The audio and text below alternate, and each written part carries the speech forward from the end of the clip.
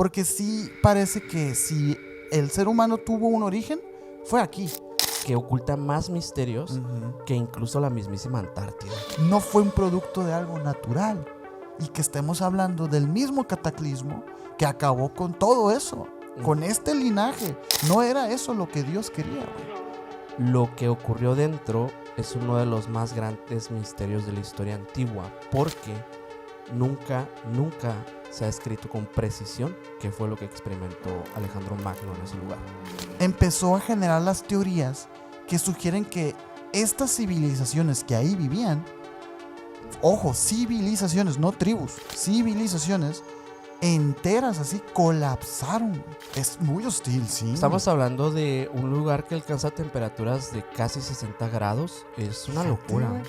Los análisis de ADN en estos cuerpos han mostrado combinaciones que no encajan para nada ni con linajes africanos tradicionales, ni con europeos, ni con nada de nada.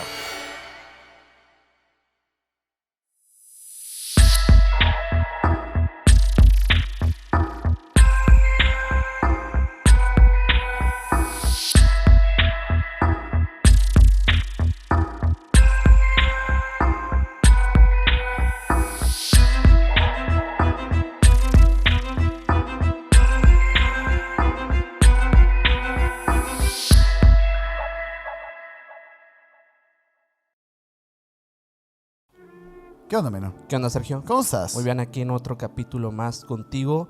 Volviendo a una etapa que extrañábamos en este canal, porque traemos un gran misterio para este episodio. Sí, un gran misterio. ¿Qué tiempos aquellos, no? Sí, y la verdad es que es uno de estos grandes misterios que nos remonta a un lugar del mundo que nunca había sido abordado en este canal, y eso es lo interesante. Y lo que me sorprendió de este tema en concreto fue el hecho de darme cuenta que oculta más misterios que incluso la mismísima Antártida. De hecho, fíjate, justo antes de empezar a grabar, hace apenas 2 minutos, sacamos un datito aquí de que el Sahara es el desierto, el tercer desierto más grande en el mundo, ¿no? El número uno más grande, pero de los cálidos. De los cálidos. Pero fíjate qué interesante, porque ya hay capítulo de la Antártida, ya hay capítulo de Alaska y ahora sigue este desierto. Así es. Entonces, para aquellos que les gustaron aquellos episodios de grandes misterios de Alaska y de la Antártida, estamos seguros que este les va a gustar porque nos trae una ola de temáticas muy distinta y variada, pero también cargadísimas de misterios inexplicables y cosas muy interesantes que se han estudiado a lo largo de los años en el Sahara. Una cosa impresionante, la verdad, este tema. Así que, bueno, si les gustan estas temáticas que se relacionan con el mundo, con descubrimientos y todo esto, los invitamos a que se queden hasta el final, que se suscriban si son nuevos, si el algoritmo los trajo para acá, pues muchas gracias.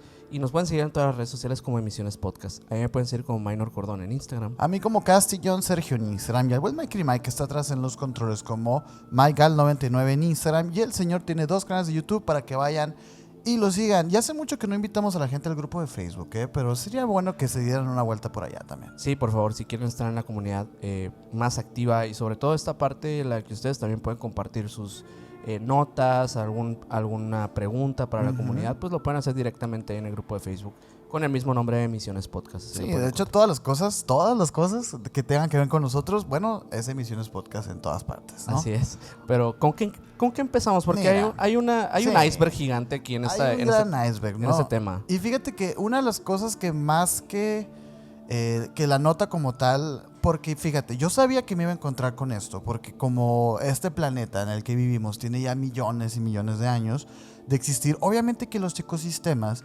y pues el clima y todo esto ha cambiado, ¿no? En cada región. Yo dije, me voy a topar, por supuesto, de que el Sahara antes era un bosque o una selva. Pues digo, hasta la Antártida existen esos datos. Pero fíjate que la sorpresa para mí fue que, en efecto, sí. Sin embargo, no fue hace millones de años. No fue hace centenares de miles de años. Fue hace apenas 10,000 años, güey. Es poco. Es muy poco. Y de hecho, es tan cercano a lo que es la evolución del ser humano que de verdad hay vestigios de esos tiempos. Hay registro de humanos de que el Sahara antes era como el Amazonas. tal cual, así. Sí. Bueno, así me lo imagino yo. Claro. Porque, claro, por supuesto que no hay tanta evidencia de entrada, por la magnitud y la extensa distancia que abarca el Pues Sahara. se dice ¿no? que son 9 millones de kilómetros No, cuadrados. Imagínate. Fíjate que ese ha sido uno de los grandes factores por los cuales el Sahara en sí es un misterio como tal, porque es muy extenso. Exacto.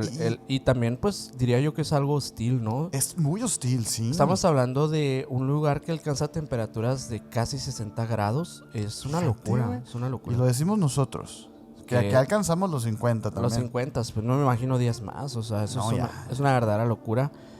La verdad es que más allá de, obviamente que las dunas de arena gigantescas y todo este tema que también termina siendo, haciendo un terreno más complejo en términos de, no sé, exploración y todo esto, la temperatura, el hecho de la extensión de este lugar, pues hace que pues abarquen demasiados misterios y demasiada historia de la humanidad. Y es que es muy complejo las investigaciones en ese lugar, porque, mira, nosotros también somos de un desierto, el desierto de Sonora, ¿no? Que abarca pues tanto nuestro estado como el estado de Arizona, ¿no? Y Nuevo México por ahí.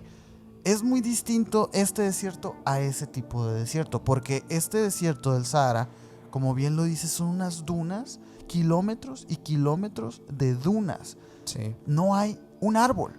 Aquí tenemos roca, tenemos montañas, tenemos, bueno, algunos espacios en donde se puede desarrollar la vida, tanto la fauna como la flora. Sin embargo, allá no. Entonces, de entrada pareciera un lugar que no tendría ningún interés científico. Sin embargo, no es así, porque como te comento, el Sahara Verde, que era así como se le conocía en esos entonces, bueno, hoy en día se le conoce así al hecho de que el Sahara antes era, pues, una vasta terreno de árboles, ríos, lagos. Todo eso realmente es relativamente muy, muy cercano a nuestra era moderna, pues, ¿no? De hecho, fíjate, traigo como la información esa porque sí me gustaría comenzar con eso, porque de aquí empieza realmente a enmarañarse todos los misterios, pues, ¿no? De entrada, este periodo se le conoce como el Neolítico Húmedo Africano. Ah, sí. O el Sahara Verde, ¿no? También como se le dice, pues.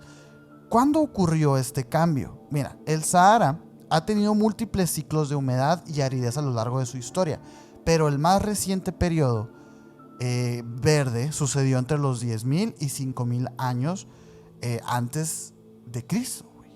Entonces, ahí ya empezamos a pensar que ahí se empiezan a compaginar algunas otras civilizaciones antiguas que miren, fíjense bien, o sea, el Sahara está por el norte de África.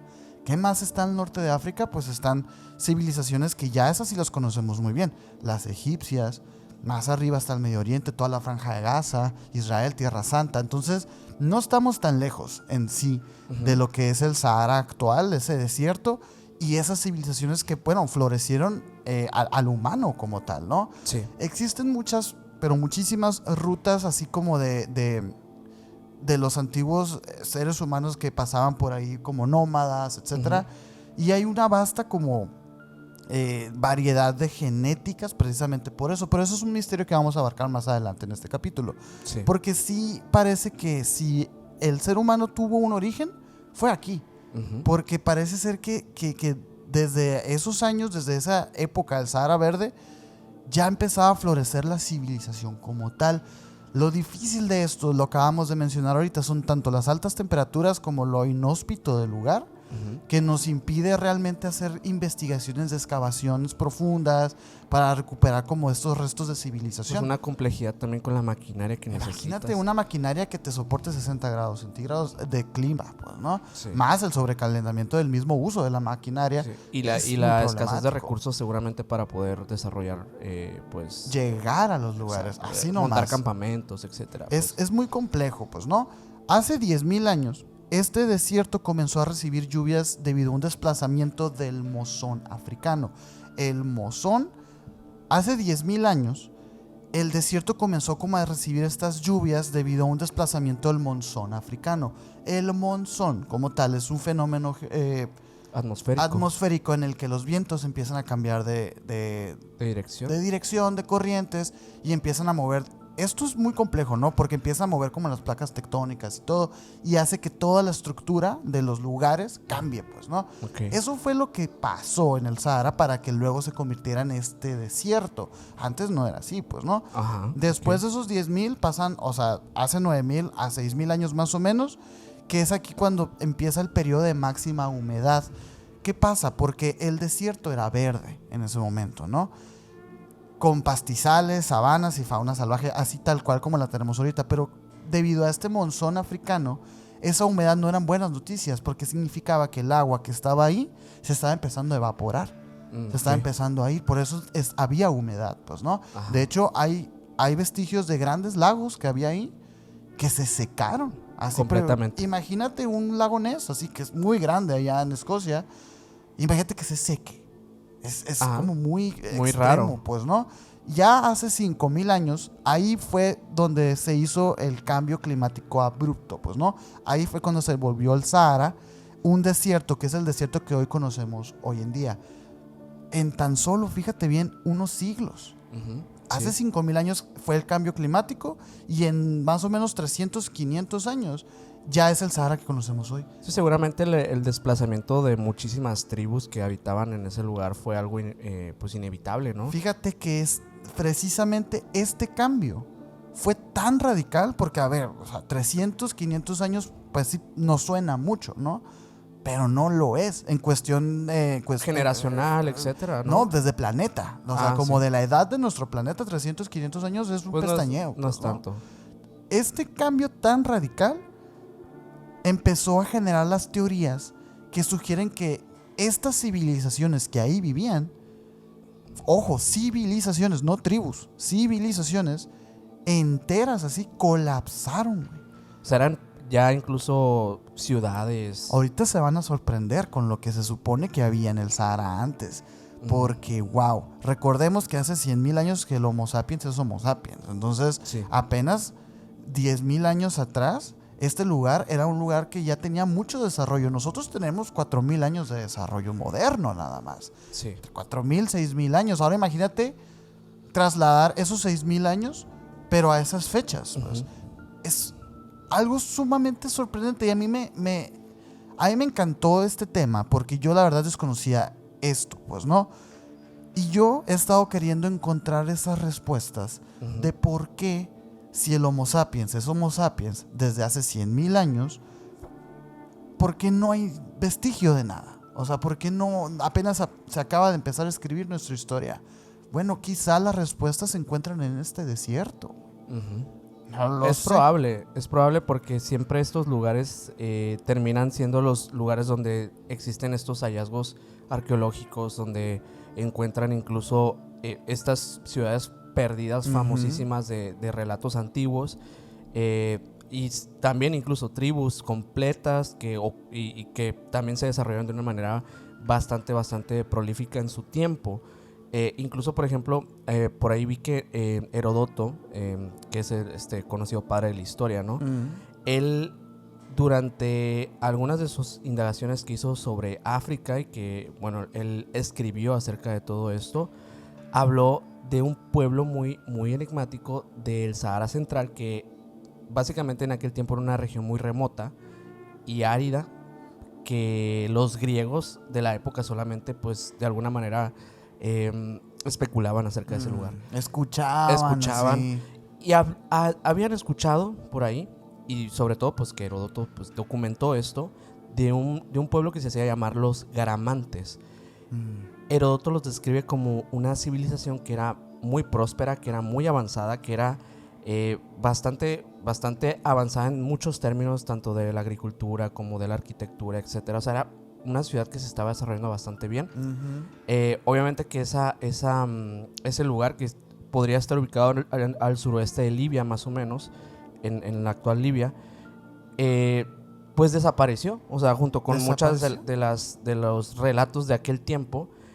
Pero hay algo que todavía llama más la atención acerca de Heródoto, porque además de esto, de los Garamantes, que eran esta tribu perdida, hablaba de unos que les llamaba los etíopes trogloditas, que eran unos un pueblo que ya se hablaba que montaban a caballo, que hacían como ciertos carros ligeros para poder trasladarse. Como carrozas, así. Ya, exacto, ya hacían como este tipo de ingeniería. Ajá. Siendo que pues en aquella región no existía nada de eso, por supuesto. No, es que es una... Y esto quedó como un locura, escrito, güey. quedó como un escrito en aquel tiempo y durante muchísimos años y durante décadas y décadas hasta creo que hasta el siglo XX fue cuando realmente descubrieron que por hallazgos arqueológicos que hicieron, se encontraron en esa zona restos de canales subterráneos, se encontraron sistemas de irrigación, Sí. todo esto, ¿no? Que les hizo caer a los investigadores e historiadores que tal vez y aquella tribu de la que se hablaba, que montaban a caballo, etcétera, pues realmente sí existió y fue tan desarrollada como se Sí, y no pensaba. era una tribu. O sea, Exacto, es que, era fíjate, algo mucho más avanzado de lo que el se colapso pensaba. de las civilizaciones del Sahara empiezan desde ahí, ¿no? Los sobrevivientes de de esos colapsos, los que lograron migrar, pues eso sí se convirtieron en tribus y ahí es donde nace como un retroceso cultural. Porque, fíjate, es tan sencillo como esto, ¿no? Porque obviamente todo esto está sustentado con evidencias físicas, no tanto de la civilización o de las tecnologías. Sí es cierto que había como estos sistemas de irrigación y túneles subterráneos y todo, pero también se encuentran pues, fósiles de hipopótamos, elefantes, jirafas, o sea... Como de una fauna que no que era... pues no tendría por qué. Incluso igual como en la Antártida había fósiles de moluscos, de caracoles y todo esto, lo que obviamente pues te hace a ti pensar pues que claro, este lugar no era así antes, ¿no? Claro. Y ya con todas las investigaciones pues ya empiezan a hacer el dataje de años y así, pero fíjate, hay otra cosa que me lleva como a otro punto, a otra corriente de pensamiento, ¿no? Porque se hallaron también pues estas herramientas de piedra, cerámicas y armas, pues, ¿no? Como pues siempre. Pero hay algo que también encontraron, que esa parte es la que yo sí digo, ¿qué harían ustedes, no? Porque imagínense, Heródoto no fue el único que documentó civilizaciones avanzadas en África, ¿eh? Hay otro filósofo muy famoso que también dijo otras cosas. Ahorita les voy a decir quién es. Nos imaginamos. No, pero ya más o menos, ¿no? Ajá. Pero hay otra cosa que encontraron que son estas pinturas rupestres. Sí. Ahora, les pregunto a ustedes, porque nosotros podemos ver estas pinturas rupestres, ¿no? Y decir, bueno, son hasta cierto punto, pues muy rústicas, ¿no? No son muy detalladas, están pintadas en la roca. Si ustedes, hoy en día, nuestro ecosistema colapsa y ustedes están migrando y son nómadas con su familia y viviendo en cuevas y todo esto, ¿ustedes cómo pintarían esas pinturas rupestres? Probablemente no lo harían. No sabemos cómo, no sabemos por qué, o sea, a lo mejor, y esa roca no resiste tanto detalle con el tiempo, pues, ¿no? Ajá, sí. Porque estamos hablando de Pues no sería 6,000 años, exacto, 5,000 o sea, años. no creería yo que al escribir en un cuaderno lo iba a dejar para una civilización que va a llegar 10,000 años después. No, por supuesto que no. ¿Y por qué pregunto esto? Porque no necesariamente ver estas pinturas rupestres significa que estamos viendo trogloditas o neandertales. Estamos viendo seres humanos que tienen la misma capacidad cognitiva que tú. El arte que ellos manejan, a lo mejor, y sí era detallado, pero con el paso del tiempo, pues se le perdieron los detalles. El ver, por ejemplo, digamos, el arte del antiguo Egipto, lo podemos ver y decir, es que las proporciones están mal, ¿no? Las dimensiones están mal, está mal como el entendido de la profundidad y todo eso, a nivel artístico. Ajá. Sin embargo, eso no implica un mayor o menor inteligencia o intelecto. Son percepciones artísticas y el arte ha sido tan subjetivo desde antes como ahora, pues. Entonces, ¿por qué digo esto? Porque estas pinturas rupestres se manejan hoy como un testimonio de precisamente este migraje del colapso del ecosistema del Sahara. ¿Qué se encontraron en estas pinturas? Pues eso es lo que está raro, eso es lo que está interesante porque hay uno de los hallazgos que son los más impactantes, que es el Tasil y Najer, que es en Argelia ¿no? Estamos hablando de 15,000 pinturas rupestres. Sí. Ahí en las paredes, así. Es un hallazgo muy interesante porque más allá de que obviamente se encuentra mucha información o datación de estas antiguas culturas, también ha permitido que mucho del ámbito del misterio también se venga desarrollando desde aquellos miles de años atrás. O sea, el hecho de poder reinterpretar las visiones pues místicas de estas antiguas civilizaciones nos permite también darnos cuenta que tal vez si no es algo tan nuevo el hecho de pensar en cosas como por ejemplo el contacto con seres, no puede faltar, con seres del espacio. Ajá. Hay un arqueólogo muy conocido por estudiar justamente este Tasil, que fue en 1956. Henry Lott fue el que se adentró acompañado de un grupo de soldados del ejército francés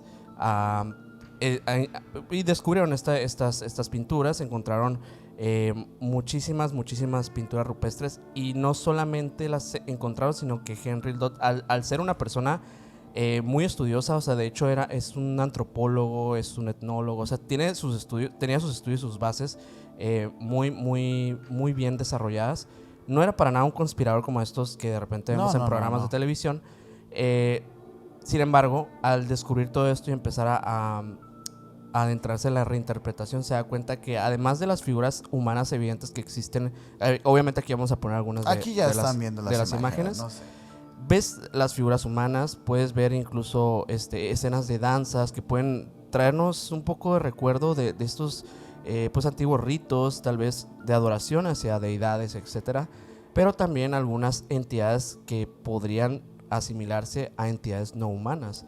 Esa es la parte curiosa, porque sí se puede distinguir muy bien un humano en estas pinturas a estos seres que no sé si pensar que son extraterrestres. Para Henry Lott, en su reinterpretación de esto, él de hecho le llama a una de las pinturas el gran dios marciano, porque hay una representación de un humanoide que puede parecer que mida unos 2 metros a comparación de los humanitos.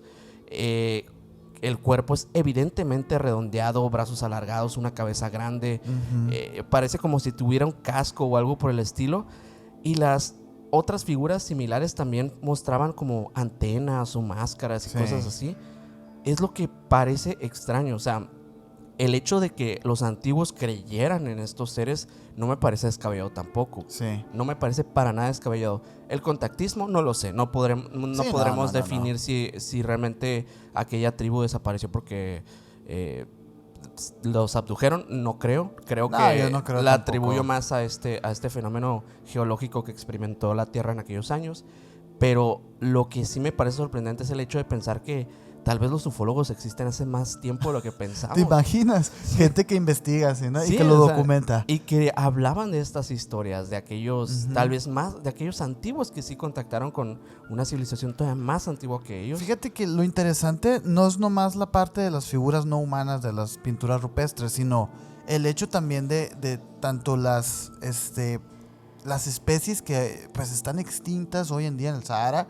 Estamos hablando de búfalos, estamos hablando de jirafas, hipopótamos, que es como, pero ¿dónde vivían? Y, por ejemplo, el hipopótamo, pues que es como medio anfibión no es anfibio, yo lo sé, pero pues está siempre sumergido en agua y necesita como humedad y todo esto para sobrevivir. Digo, ¿por qué tendrías un hipopótamo en el Sahara? Pues, ¿o cuánto te duraría un hipopótamo hoy en el Sahara? Por supuesto que no concuerda con lo que hoy en día vemos, y de ahí pues se extrae pues lo del Sahara Verde. Un desierto, o sea. Pero lo curioso también es el nivel avanzado de sus rituales. O sea, porque sabemos que el tema religioso, ¿no?, es tan natural en el ser humano desde que el ser humano es ser humano, ¿no? Se supone. Como que la fe o la creencia en deidades y todo esto, pues sí es algo muy natural. El hecho de que ellos lo hayan tenido y que hoy en día realmente no sepamos quiénes son esos dioses, porque a diferencia de otras civilizaciones antiguas se conoce realmente las corrientes primitivas, pues ya sea de una mitología griega, de los nórdicos, etcétera, pues se sabe más o menos quién es quién. Sin embargo, aquí no sabemos. Ujú. Sin embargo, hay el mismo patrón de figuras grandes, figuras humanoides, figuras cabezonas. Sí. Es raro, ¿no? Es extraño. Y de hecho hay una en particular que ahorita la mencionaste, que es también conocida como el gran dios Sefar. Ujú. Supuestamente, esta es una pintura que, sacando las proporciones de los humanitos que están ahí también pintados, este ser debió haber medido casi 6 metros de altura. Ujú. 6 metros de altura, que tenía una cabeza redonda, no tenía rostro y lo tenía como los brazos extendidos. Muy mesiánica Sí, como una deidad la o algo escena, así. pues, ¿no?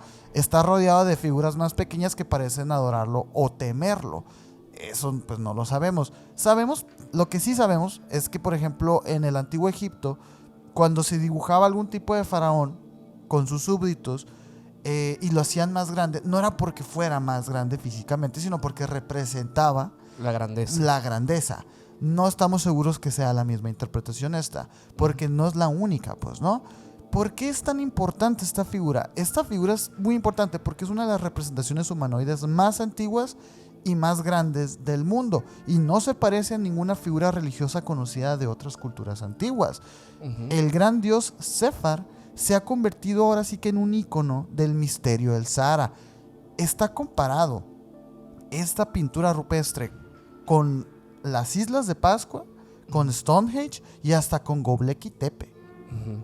Es alucinante porque no se sabe qué es, quién era o para qué era, y el nombre pues lo sacaron realmente como de una traducción ahí de los dioses marcianos o los seres cabeza de cúpula.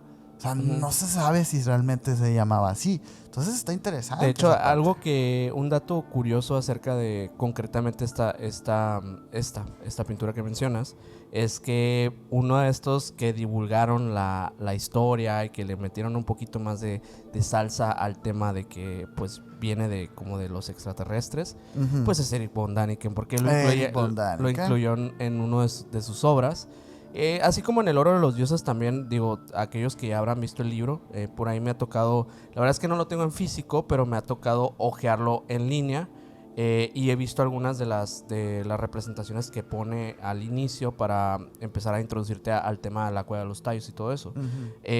Y es regularmente algo muy normal que hace de poner pues estos pictogramas o pinturas rupestres, etcétera, para conectar con la teoría de los antiguos astronautas, las Claro. historias, ¿no?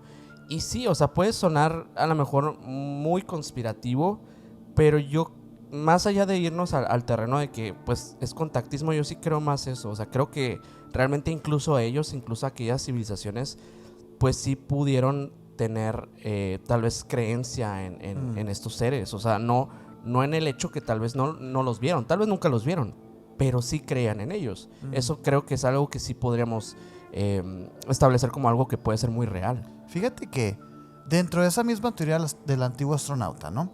Se presupone que quienes recibieron la información o quienes recibieron el conocimiento, vaya, eran los antiguos egipcios, ¿no?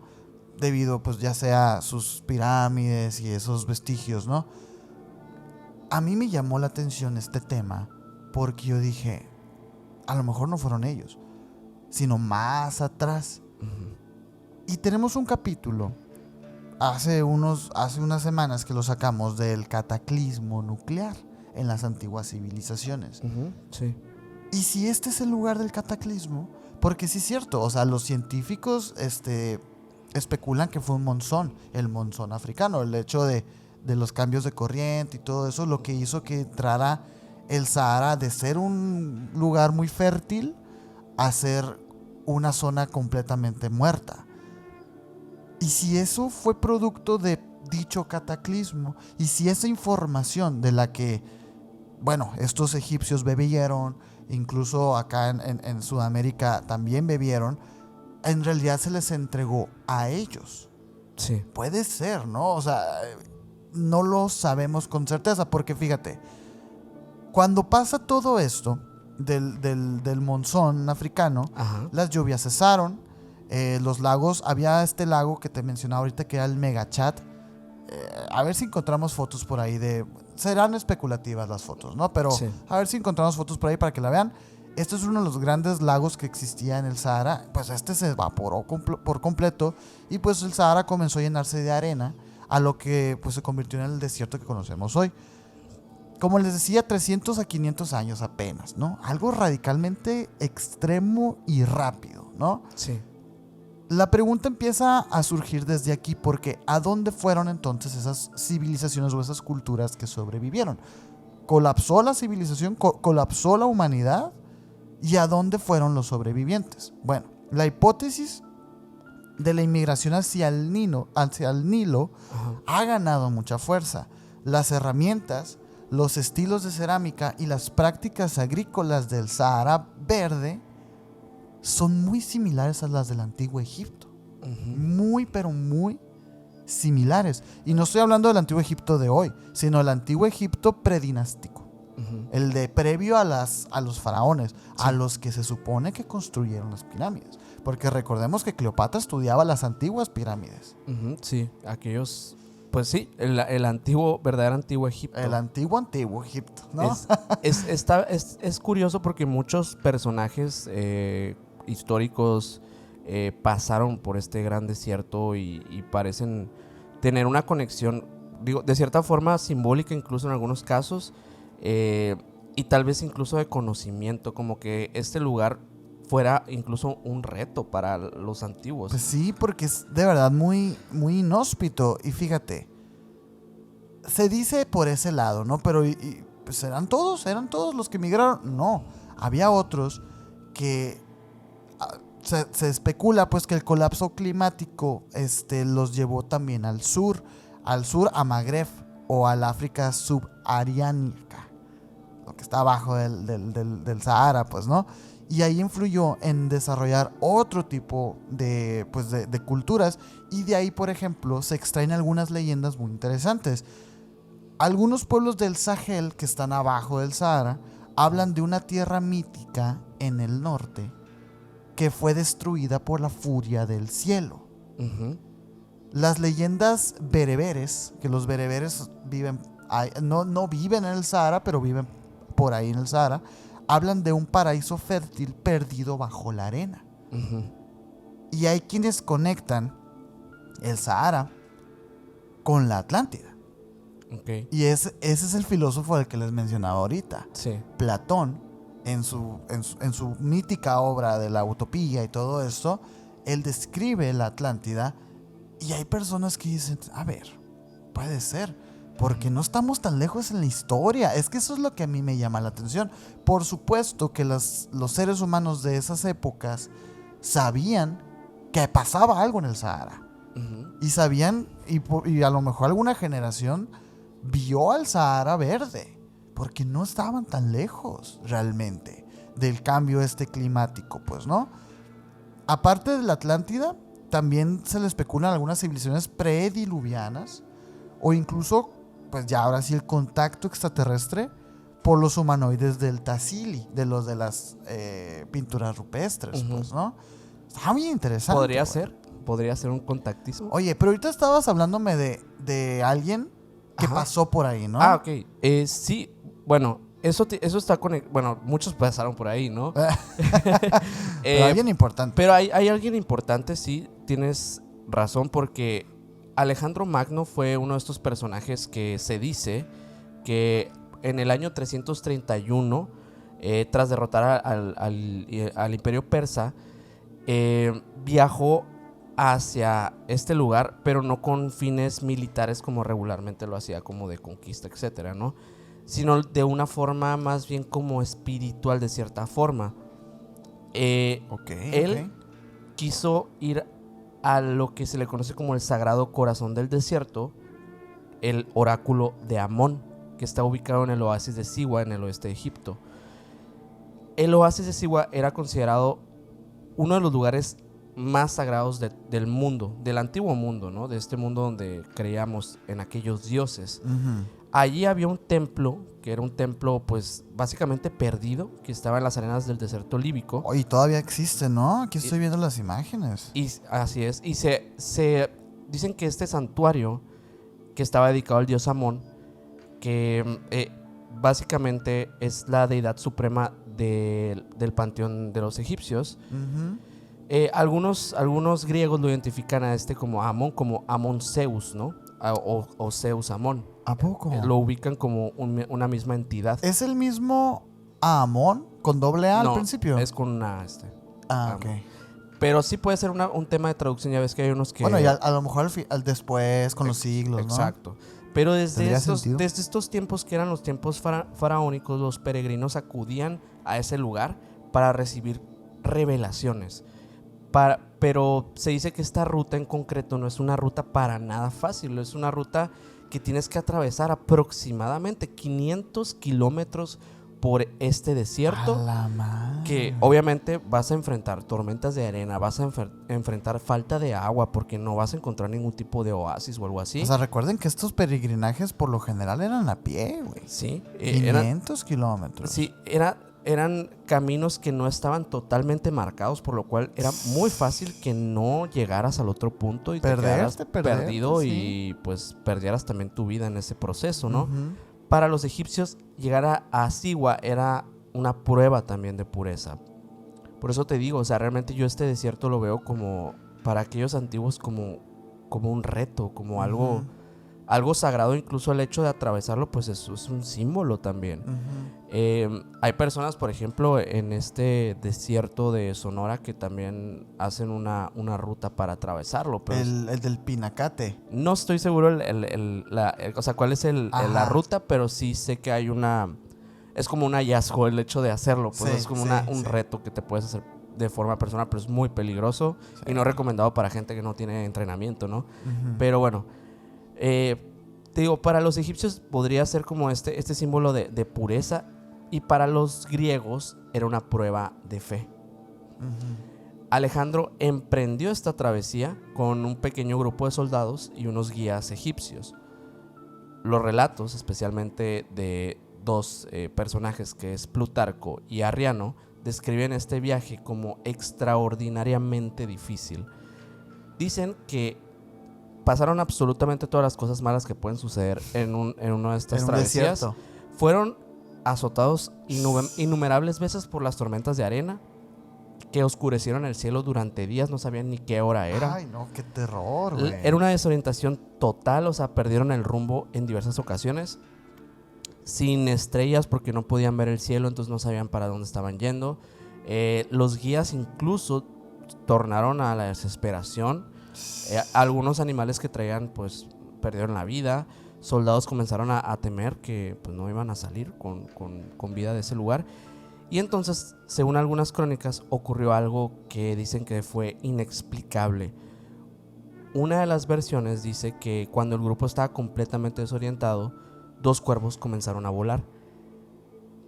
Comenzaron a volar, pero frente a ellos. Así como como si- hacia ellos, así venían. Frente a ellos. O sea, ok. ellos estaban caminando y empezaron a volar. Los atravesaron y por frente de ellos los empezaron a caminar como si los empezaran a guiar. Ah, ok. Y justo, ellos los siguieron y así fue como ellos volvieron al rumbo, ¿no? Hay otros relatos que dicen que fueron serpientes doradas que empezaron a arrastrarse por el desierto y ellos las siguieron y así es como salieron de Wow. esa. Pero todas estas cosas que estaban sucediendo, obviamente para Alejandro, siendo como era, fueron señales divinas, ¿no? Alejandro Magno a lo mejor y merece su capítulo. Puede ser. Güey, porque wow. Es un personaje muy conectado con leyendas místicas, con historias. no. Oye, pues sobre todo Pues también, el primer anticristo, pa. El literalmente. primer anticristo, güey. El tal cual anticristo.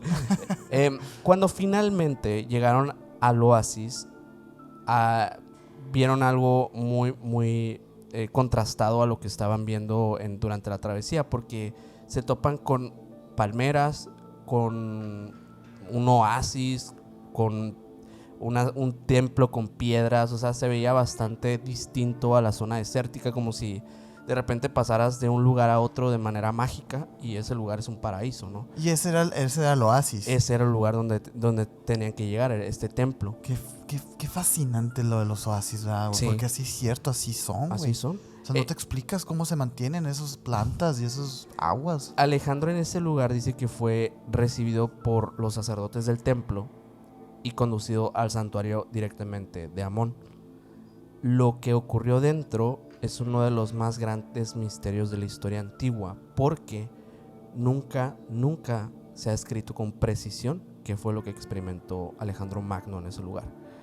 Solo sabemos, según algunos cronistas, que el oráculo lo saludó no como un rey, sino como el hijo de Zeus Amón. Es lo único que sabemos de lo que pasó ahí. Es como esta historia... ¿Y es eso de boca de él mismo o de sus cronistas? Son de los cronistas. Y esto seguramente por cosas que él llegó a mencionar en vida, pero realmente hay quienes creen que en este momento fue cuando se proclamó como de forma divina Alejandro Magno, porque él creía que era un dios. Él tenía estas auras mesiánicas. Ajá, delirios. Sí. Algunos incluso dicen que el oráculo posiblemente reveló su destino final. Algunos dicen que pues simplemente fueron una serie de visiones en las que contactó con algo pues supremo. No se sabe exactamente qué pasó, pero durante siglos este viaje ha sido interpretado de muchísimas formas, y al final de cuentas esta historia queda como una leyenda total de Alejandro Magno, pero lo que sí se sabe es que sí hizo esta travesía y que no sabremos nunca qué fue lo que experimentó dentro del templo. A mí me encantan esas historias porque... ¿Y la vuelta cómo fue? Sí. ¿No? O sea, pues es el mismo viaje de ida que de vuelta.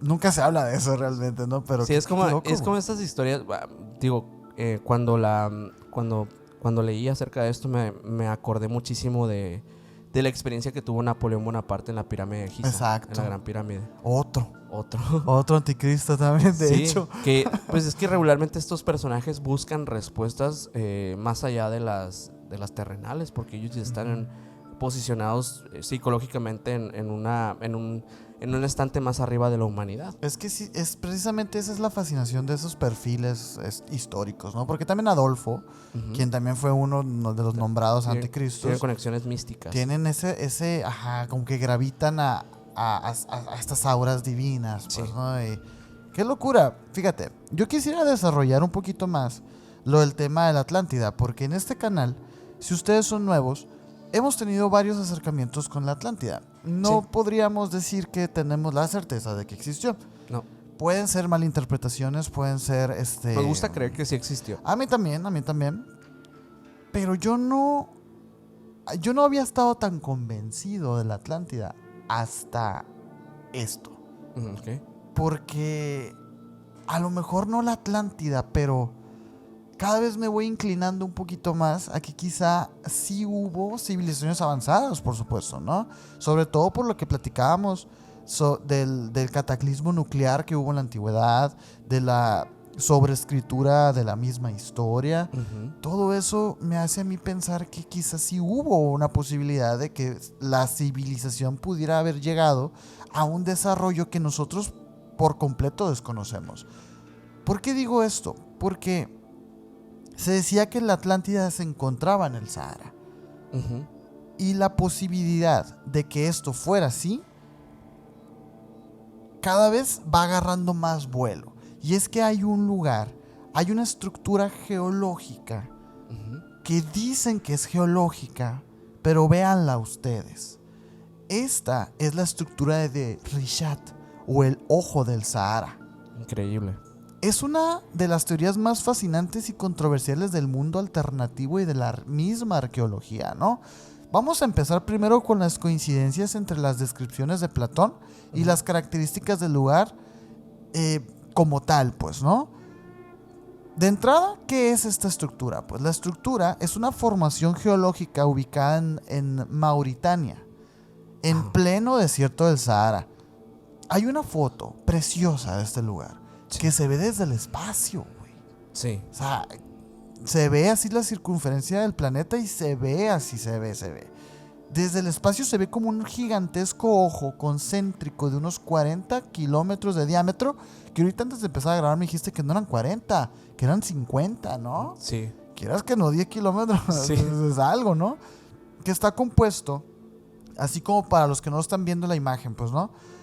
por anillos de roca Ajá. y sedimento, uno y uno, así. Sí. ¿Qué decía Platón sobre la Atlántida?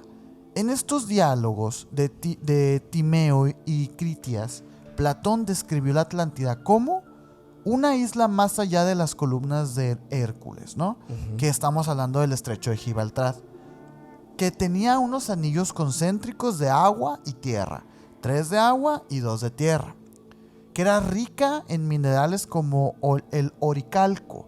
El oricalco es un mineral que es muy similar al bronce, por lo tanto es valioso, pues es valioso para el desarrollo tecnológico, que tenía un gran tamaño, que tenía una ciudad en medio, que principal de más de 20 kilómetros de diámetro.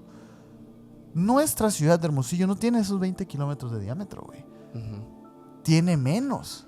Ok. O sea, estaríamos hablando que fuera más grande que nuestra propia ciudad. Porque hemos visto nosotros en representaciones de la cultura pop la Atlántida como por ejemplo, esta de Disney, ¿no? Que es como una isla y es pequeña. No era pequeña, güey. Pues Debe ser hablando- algo Sí. grande, ¿no? Una metrópolis. Estaríamos hablando de una metrópolis, pues, ¿no? Que se supone que esta civilización estaba tan avanzada y que fue destruida del día a la noche, ¿no? Ujú. Por un gran cataclismo. Hace unos 9.000 años antes de Solón, que es más o menos 9.600 años antes de Cristo, ¿no?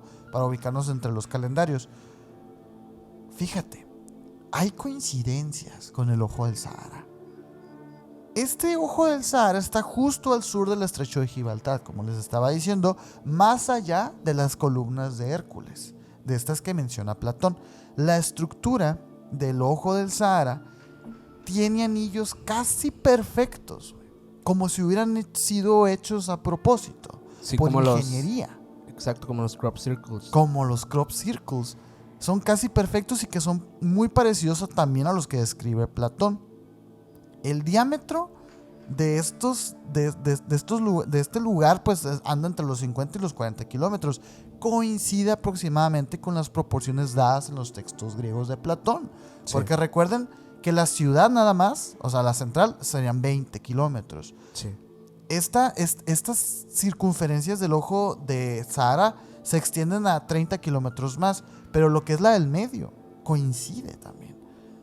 ¿Qué otra cosa? Hay evidencia de ríos que antes había ahí, canales, depósitos fluviales, lo cual sugiere que esta zona en su tiempo fue húmeda, ¿no? Como ya lo habíamos establecido con lo del Sahara Verde.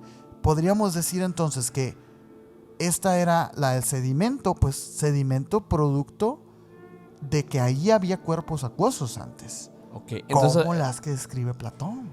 las formaciones de los anillos Ujú. vendrían siendo por el agua que pasaba entre... Exacto, entre que eran esos estos canales que alimentaban a lo mejor la ciudad o tenían alguna pues sistema de protección ante otras civilizaciones, lo que tú quieras, pues. Ajá. Pero coincide. En todas las teorías que hemos especulado de dónde se encuentra la Atlántida, que si se encontraba justo en el Océano Pacífico, ¿te acuerdas que decíamos Ujú, eso? sí. Entre América y Europa, que ahí en medio, Sí. ahí se encontraba tanto con Lemuria como la Atlántida.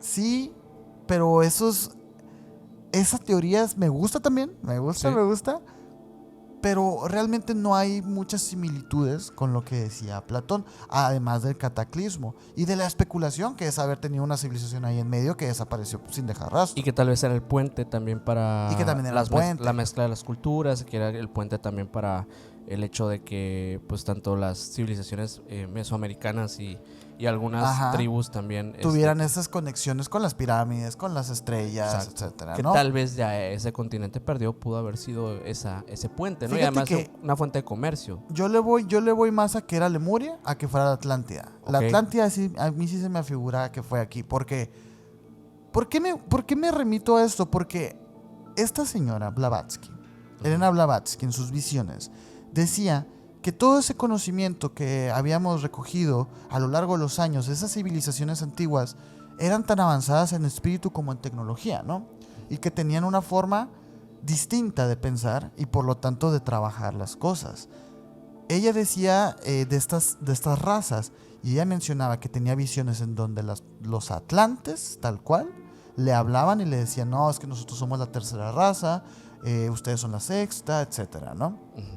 Ella también decía que aquellas grandes civilizaciones antiguas, sumerias, egipcias y hasta los mayas, se vino acá hasta América, decía que descendían de los atlantes. Entonces, ¿ustedes se acuerdan qué pasó con las tribus aquellas que les estaba comentando después del cataclismo del Sahara Verde al Sahara Desértico? Que emigraron a Egipto, que emigraron a... Se esparcieron. Coincide también, pues. O sea, podríamos estar diciendo entonces que sí, ahí estaba la Atlántida, y después del cataclismo, ya sea pues el nuclear o el geológico, este cambio climático abrupto, quizá eso los llevó a esparcirse por el mundo. Y hay todavía más información acerca de esto, porque lo que son las cadenas de ADN que se encontraron ahí, ojito, porque parecen no ser completamente humanas, cosa que también ya lo platicamos en un capítulo pasado. Sí. Pues parece ser que sí, aquí pasaba algo raro. La pregunta sería, ¿fue algo natural o fue algo hecho por ellos mismos? Ajá, prefabricado. No lo sabemos todavía. ¿Qué pudo haber sido? Pues no. ¿Pudo haber sido destruida por un cataclismo? La respuesta es por supuesto que sí. Por supuesto que sí. Como ha pasado en otras etapas de la historia. Sí. Las teorías modernas sobre la desaparición de la Atlántida coinciden con un evento geológico extremo, que es el deshielo masivo del Younger Dryas, que fue alrededor de 11.600 años atrás. Y esto coincide también con las mismas fechas que da Platón. Recordemos que pues no había manera de que Platón pudiera especular también de que hace 9.000 años, ¿qué sabía él? Pues Sí. eran otros calendarios. De hecho, él decía 9.000, pero yo acá con el calendario ajustado a día de hoy serían 9.600. Fíjate, si ese sencillo detalle nosotros ya lo encontramos, y este evento geológico del deshielo pasó hace 11.000, y lo del Sahara Verde pasó hace 10.000, 9.000, 6.000 años, estamos hablando de que sí, son miles de años de diferencia uno y el otro, ¿no? Sí. Porque sí, se dice fácil del 9 al 7, digamos, ¿no? Pero son 2.000 años. Sí. Igual es poquito. O sea, yo digo, yo me sigo aferrando. Es poquito el tiempo en el que teníamos un Amazonas en el Sahara a lo que tenemos hoy en día. Y hay alguna evidencia concreta en cuestión de arquitectura, hallazgos arqueológicos? Esa parte ya la contestamos en este mismo capítulo más temprano. Ok. No las hay. ¿Por qué? Porque la estructura esta de Richat, o el Ojo del Sahara, está en una zona extremadamente remota del Sahara, güey. Es difícil de explorar y con poca infraestructura, pues, ¿no? Justamente lo que decíamos en este mismo capítulo. No hay forma de hacerlo. O bueno, sería... algo... No, es que no caro, no de dinero. Complejo. Personas podrían morir ahí. Porque de verdad los golpes de calor son mortales. Nosotros lo sabemos, pues, ¿no? Sí. Mauritania tiene limitaciones arqueológicas y de seguridad, lo que ha evitado dichas exploraciones profundas. Hay personas, investigadores arqueólogos, que se mojan los bigotes por poder llegar ahí, güey. Por poder ver, porque ellos están seguros que ahí hay algo raro, pues, ¿no? Que no es nomás algo geológico. Sí. Que sería obviamente la respuesta fácil, pues, ¿no? La comunidad científica ortodoxa, por otro lado, descarta completamente esta teoría, pues, ¿no? ¿Por qué? Porque la Atlántida no existe, punto, ¿no? Científicos Son ortodoxos. son mitos y leyendas. Y ya, ¿no? Pero, además, otra cosa, porque según también los relatos de Platón, dicha Atlántida era una isla. Pero, ¿y si no era una isla? O sea, un argumento en contra de esta teoría es precisamente eso, de que Platón hablaba de que era una isla. Pero algunos sostienen que isla era una metáfora para una región aislada por ríos, que coincide con el Ojo del Sahara y con estos círculos, estos discos concéntricos, pues, ¿no? De hecho, la palabra griega Nesos, usada por Platón, también puede referirse a una península. o a una zona rodeada parcialmente de agua. Sí. Entonces, lo de isla, Pues puede ser metafórico. pues puede ser metafórico o puede ser algo ahí también de las traducciones, porque te digo, él obviamente no está escrito isla, o sea, él pone Nesos. Sí. Y Nesos puede referirse a una península o una zona rodeada parcialmente de agua. Entonces, a mí me gusta, este es mi favorito para que la Atlántida esté ahí, pues, ¿no? Fíjate que dentro de de estas leyendas de ciudades perdidas y todo esto, pues sí, parece que el Sahara tiene muchísimas historias por el estilo. Hablan de estas cosas místicas y dentro de estas existe una leyenda en torno también al desierto de una ciudad perdida llamada Zersura, que es también Zersura. la conocida Ciudad Blanca. Es básicamente lo que se describe en la leyenda, es un oasis imposible, es como un refugio o algo oculto. Es un santuario que se describe como un santuario entre mundos, protegido por nada más y nada menos que unas entidades que habitan el desierto, que son los jinns, los genios, los famosos genios, sí, como los de Aladín, así. Así tal, un genio de la lámpara. Un genio de la lámpara, aquellos genios salomónicos que encerrados en botellas.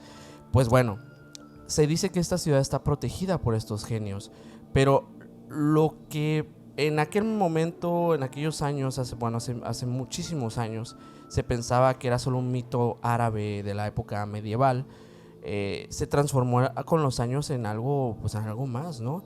Los primeros relatos que hablaban de Zersura salen de manuscritos árabes del siglo XIII. En el más famoso, o uno de las menciones más famosas, está en un libro llamado Kitab al-Kanuz, que es en la traducción el libro de los tesoros. Ahí se describe una ciudad blanca que estaba escondida pues en este lugar, en el desierto del Libio egipcio. Se dice que esta ciudad tenía puertas de marfil, que tenía columnas brillantes, que tenía fuentes que eran de agua dulce.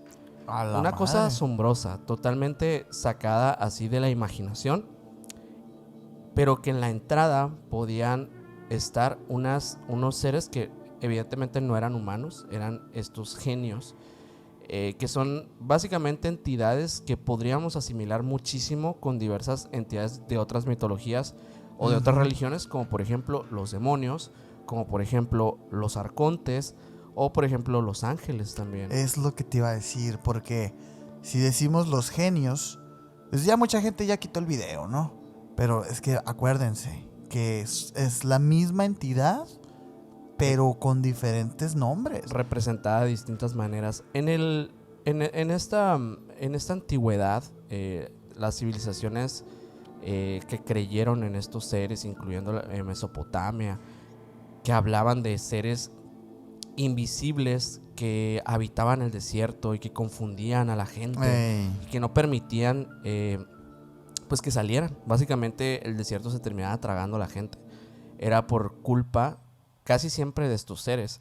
Se habla también que muchos de ellos también te pueden llegar a ayudar a salir de esto, y esto es a través de, no son deseos como Aladín, o sea, no es ese tema, es más bien son seres que tienen una libertad total de hacer o deshacer, pero con un poder magnífico, capaces de controlar la percepción humana, el clima, los vientos y las azotadas de la arena, pues más que nada se les adjudicaba a ellos en la antigüedad. ¿Sabes aquí me recuerda a los yokais japoneses? También tienen un poco de que son esa. como demonios, pero hay muchos tipos. Exacto. Y unos hacen esto. Y unos son malévolos, otros son benevolentes, otros simplemente actúan por intereses. Es que creo que todos estamos, o sea, decimos genios y nos acordamos, ¿no? De precisamente de Azul, Aladín y todo eso. Totalmente. Y es una asociación pues cultural más que nada, porque sí en otras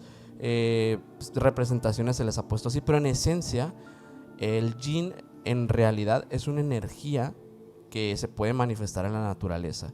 Hay quienes dicen también que estos pues puedes pactar con ellos, puedes llevarlos a hacia un motivo personal para que te ayuden a hacer ciertas cosas, y se dice que incluso pues aquel antiguo rey Salomón fue quien pudo capturarlos en botellas, en botellas con la magia de la reina de Sabá, que ella también conocía estas prácticas según lo que se hablan en escritos apócrifos de este rey, ¿no? Pero bueno, el relato pues, de todo esto pues pasó de generación en generación de esta ciudad de Cérsura, y muchos decían pues que simplemente era una leyenda, pero también se convirtió en una obsesión para algunos geógrafos, para algunas personas que eran aventureras europeos, etc. Ay, que Dios salve a esas personas, güey, la verdad. Pero fíjate que en 1934 László Almsy, que él es un aristócrata explorador húngaro, apodado el último caballero del desierto. Ay, cabrón, qué título, ¿eh? Sí. Almasi no era solo un viajero común y corriente, era un erudito con una formación bastante buena en ámbito de historia de la humanidad, cartografía, aparte que tenía habilidades pues en exploración y todo esto. Fue uno de los pocos europeos que llegó a conocer pues a mayor detalle el desierto del Sahara, y se obsesionó con estos manuscritos medievales de las leyendas y todo esto. Almasi organizó una expedición al corazón del desierto líbico para encontrar alguna zona que se relacionara con aquel antiguo relato. Su objetivo concreto era encontrar Cérsura, la leyenda. A la bestia. Como un Percival Fawcett. Sí, es que fíjate, sí es cierto, todas las civilizaciones tienen su ciudad, ¿no? El Dorado, Shangri-La, Shambhala. Sí, hay muchas historias que conectan a una ciudad mística. Y en este caso, Almasi y su equipo encontraron algo que quizás sí pueda ser una respuesta muy interesante, porque dieron con una serie de cuevas ocultas en una región del corazón del desierto, que parecía completamente inhóspita, como si en algún momento este lugar tal vez sí fue el hábitat de alguien. Dentro de esas cavernas, hoy conocidas como la cueva de los nadadores, descubrieron pinturas rupestres que mostraban figuras humanas nadando. ¿Qué? Por eso les llamaron así. En un lugar donde evidentemente pues no hay más que arena seco. Y piedra, ¿no? Las pinturas sugerían que en esa región del Sahara, que pues sabemos que hoy pues está así como un desierto, pues sí había sido un ecosistema lleno de agua, lagunas, vida humana, y es aquí donde fueron estos primeros hallazgos que dieron con el tema de que el Sahara fue un lugar verde, como lo dijiste tú. El Sahara verde. Almasi nunca encontró, lamentablemente, Cérsura, pero pues estuvo convencido de haber llegado por lo menos a las puertas, y escribió un libro que posteriormente se publicó, que se llama Unnao Sahara, y afirmó que las formaciones de Wadi Tal, los patrones arquitectónicos erosionados y los relatos de los guías apuntaban a que algo estuvo ahí alguna vez, y que tal vez ahora dormía bajo siglos de arena. Siglos de arena. ¿Quién sabe? Como las leyendas de las mismas personas que viven por ahí, pues, ¿no? ¿Quién sabe? Yo creo que sí existió algo. Mira, no sabemos si la Atlántida, como lo dijiste tú, no sabemos si Cérsura, esta ciudad mística, tal vez conectada con algo místico o algo esotérico, mágico, pero definitivamente el Sahara oculta algo a la fecha, y nunca lo vamos a descubrir en la época moderna. Esperemos que se encuentre o se desarrolle una tecnología que soporte esos calores para poder ir a investigar para allá. Si me permites cerrar con una cosa, porque fíjate, esto de Cérsura puede tener mucho más profundidad, ¿eh? Sí. Porque esto que encuentra este explorador, no nomás se lo ha encontrado estas cuevas inhóspitas, etcétera, ¿no? De hecho, fíjate, la primicia y lo que yo estaba empezando a investigar para precisamente este momento era de las puertas del infierno del Sahara. Sí. Que existen cuevas que supuestamente son túneles que dirigen a ciudades subterráneas, en el que pues se especula que hay gigantes, etcétera, ¿no? Pero dije, ok, está interesante, pero todo eso se remonta a algo en concreto, que es el enigma del ADN de las poblaciones subsaharianas. Ujú. Es algo que yo me quedé, qué interesante, porque de verdad me llamó tanto la atención y lo comencé a leer. Yo dije, no, es que esto tiene mucho que ver ya ahora sí con las estructuras del ADN. Es complejo todo ese tema, ¿no? Sí. Seguí leyendo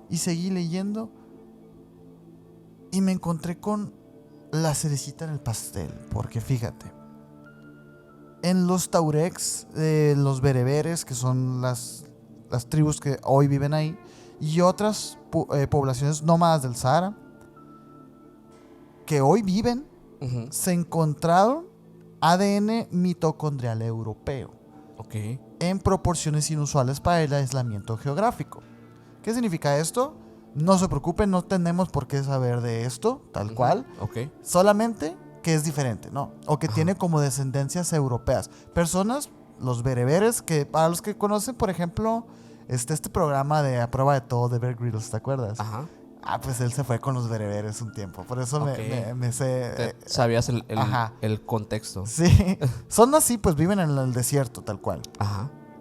Es sumamente inusual que ellos tengan algún tipo de descendencia, pues ahora sí, europea, porque de entrada, pues fue al revés la migración. O sea, Sí. de África se fueron al mundo, no al revés. Ajá. Entonces, ¿por qué tendrían este tipo de ADN? Pues empecé a leer y esto plantea dos teorías.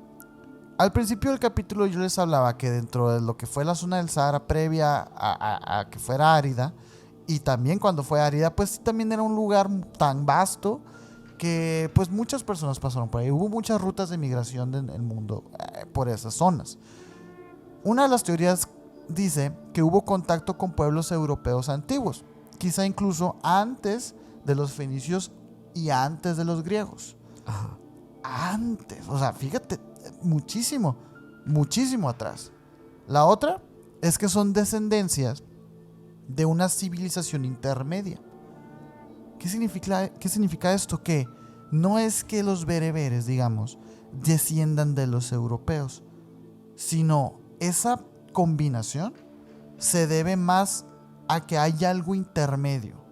Hay algo que desciende para acá con los bereberes y los europeos, y a su vez con los europeos y los bereberes. Ok. Hay una parte intermedia que está perdida. Se supone que ya desapareció. Y se supone que esta descendencia tenía por alguna razón conexiones con ambas regiones. ¿Qué más se ha encontrado? Bueno, se han encontrado restos fosilizados en el Sahara. Por ejemplo, en el yacimiento arqueológico como el Gobero en el Níger o el Oued Mouawiyeh en Libia. Ujú. ¿Qué tal mi africano? Ahí va. Ahí va. Ahí va. Yo creo que sí. Ahí se han encontrado restos humanos sorprendentemente bien conservados, algunos con características físicas únicas. Escucha bien, güey. Cráneos dolicocéfalos, ¿Qué significa dolicocéfalos? alargados naturalmente, Ok. O sea, sin procesos. como los de Perú, Ok. como los cráneos de Parracas, Ajá. pero se encontraron ahí también. Y sumamente bien conservados, pero eran humanos. O sea, eran humanos, pero tenían el cráneo así. Son estos de Paul Willis. De Paul Wallis. Ajá. Ajá. Facciones distintas a las de las poblaciones actuales del Sahara. Restos infantiles enterrados con un cuidado ceremonial. Lo que propondría, y ofrendas y todo, lo que propondría que hubo una sociedad con una religión compleja. Claro. Compleja y espiritualizada. Porque por ahí dicen que el ser humano empezó a ser humano cuando empezó a honrar a sus muertos, pues, ¿no? Sí. Y estos eran infantes enterrados con mucho cuidado ceremonial y con ofrendas. O sea, quiere decir que sí había un ritual que ve tú a saber cuál es, güey. Porque sí está perdidísimo, ese sí no se sabe, pues, ¿no? Los análisis de ADN en estos cuerpos han mostrado combinaciones que no encajan para nada ni con linajes africanos tradicionales, ni con europeos, ni con nada de nada, güey. Ni con nada de nada, sí. O sea, a mí me voló la cabeza porque esto refuerza la idea de que hubo una cultura aislada y genéticamente única. Ok. Como lo dijo Blavatsky. Entonces probablemente... Los atlantes. Ajá. O sea, es lo que te iba a decir. Probablemente existió esta... Bueno, no sabemos si son atlantes, ¿no? Pero sí algo... Así pues, ajá. Algo muy similar a una... Pues esta que se ha especulado tanto, ¿no? A lo largo del tiempo de directamente la conexión antigua de la civilización avanzada. Hay una civilización que está genéticamente extinta. Sí. Hay una civilización que quedó genéticamente extinta, güey. ¿Pudo haber esta civilización sahariana originaria con linajes genéticos únicos? Y su mismo colapso, ya sea por cataclismos, por desertificaciones, por conflictos bélicos, habría forzado dicha migración hacia otras regiones, diluyendo su ADN en otros pueblos. Pero sus características físicas y culturales, pues esas sí no sobrevivieron completamente. Ahora sí que solo dejando estos fragmentos genéticos aislados en tribus muy antiguas y con Europa, que Europa es el continente viejo, que dicen, ¿no? También. Pero fíjate, esta es la parte interesante, porque autores como Eric von Däniken, sí, L.A. Marzulli y Paul Wallis han planteado ideas. Pues ya saben qué ideas se están planteando, ¿no? Que el ADN no humano encontrado en regiones desérticas, incluyendo el Sahara, el altiplano andino y Asia Central, podría ser resultado de estas alteraciones antiguas por entidades no humanas. Ellos mencionan que este linaje genético extinto, pues era precisamente este. Sí. ¿Y a qué voy con esto y por qué te dije lo de las puertas del infierno y los gigantes? Porque los gigantes no nomás son gente muy alta, ¿no? Culturalmente, en esas entonces, podríamos haberlos llamado Nephilims, pudimos haberlos llamado semidioses. Sí. ¡Pum! Yo me quedé, mira, flipado, pues, ¿no? Hay, por ejemplo, las figuras de Tassili, estos cráneos que te decía ahorita, explicarían de alguna manera presencia de linajes únicos en ese entonces. E incluso humanos distintos, ¿no? O sea, humanos distintos. Robert Seffer, por ejemplo, dice que el Sahara fue el hogar de una raza madre, así como lo dicen en la Blavatsky. Ahora me remito de nuevo. Todo esto de la raza, linaje base y todo eso en cuestiones como cronológicas de los hechos, ocurre prediluvio. Ajá. ¿Y qué tal si la desertificación del Sahara no fue un producto de algo natural? Y que estemos hablando del mismo cataclismo que acabó con todo eso, con este linaje. No era eso lo que Dios quería, güey. Acabar con los Nephilim, con ese linaje. Y tal vez estas antiguas pinturas que mostraban a los humanoides o a este humanoide gigante, hablaban tal vez no de uno, sino de una cultura entera. De una cultura entera. O a lo mejor se les asignaba uno a cada tribu, a cada ciudad. No sé, ve tú a saber, güey.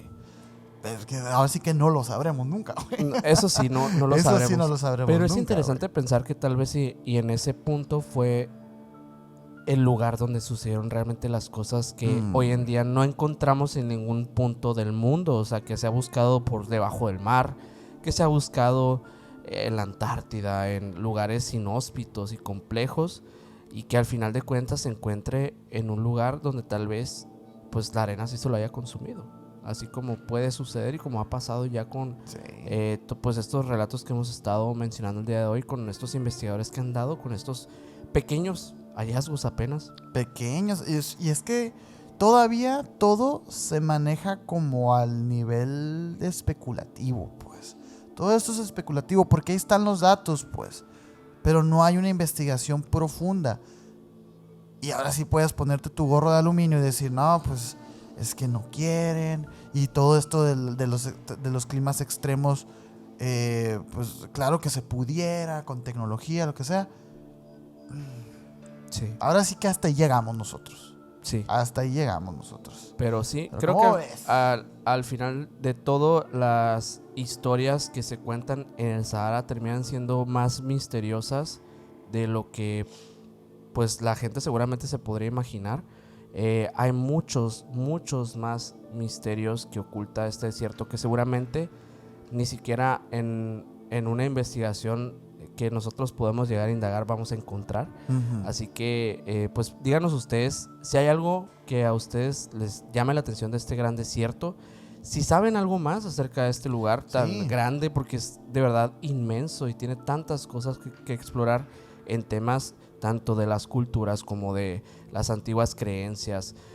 Por ahí se dice que incluso las personas que atraviesan este desierto, guiadas digo, guías turísticos, Ujú.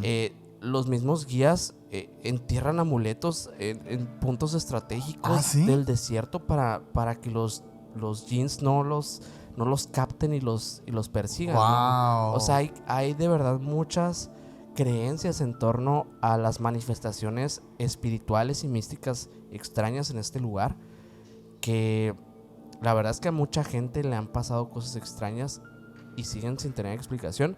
Muchos lo atribuyen a que el mismo desierto pues te puede Volver loco. volver loco, como Sí. como las montañas, ¿no? Que también se dice, bueno, en las montañas, Sí, es que no somos nada, güey. La naturaleza como es implacable. no sé, como este monte McDooey, que hablan de que un gigante acecha a los montañistas y que los empuja o que les habla. Este tipo de cosas pasan, sobre todo en este tipo de lugares donde no hay nadie más que tú y la naturaleza. Y Ujú. tal vez ese algo más. Pero bueno, ¿Cómo ves? con esto ¿Cómo ves? vamos concluyendo este episodio. Esperemos que lo hayan disfrutado. Como les digo, pues igual si es así, coméntanos aquí abajo qué misterios más crees tú que existan en este desierto. Y también te invitamos a que dejes tu like. Si llegaste hasta el final, también te agradeceríamos un montón si te suscribes a este canal y nos sigues en todas las redes sociales como Emisiones Podcast. También puedes seguir como Minor Cordón en Instagram. A mí como Castellón Sergio en Instagram y el buen Mike y Mike está atrás en los controles creyendo por completo que la Atlántida está en el ojo del Sahara como MikeGal99 en Instagram. Y el señor tiene 2 canales de YouTube para que vayan y lo sigan, por favor. Y recuerden unirse al grupo de Facebook. Ahí tenemos las noticias así calientitas. Actualizadas. Cuando sale todo, las recomendaciones enfermotas de los lives como tal, porque luego Claro. se los pierden, que dicen, es que no sé qué horas es. Bueno, Ahí se publica. métanse al grupo de Facebook. También tenemos un grupo de difusión en Instagram, digo, por si no tienen Facebook. Bueno, hay por todas partes. Así es. Por todas Simplemente únanse a donde más les interese, y si es a todo, pues mejor por nosotros. Pero Claro. bueno, muchas gracias. Y ahora sí, con esto nos despedimos y nos vemos en el próximo video. Bye.